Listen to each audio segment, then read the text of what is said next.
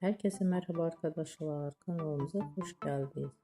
Bugün güzel çiftimiz Demet Özdemir ve Can Yaman'dan güzel kareler sizler için hazırladık.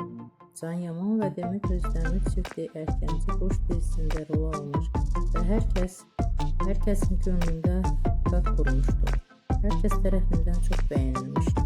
Biz de sizler için Can Yaman ve Demet Özdemir fanları için onların romantik fotolarını hazırladık. Bu videoların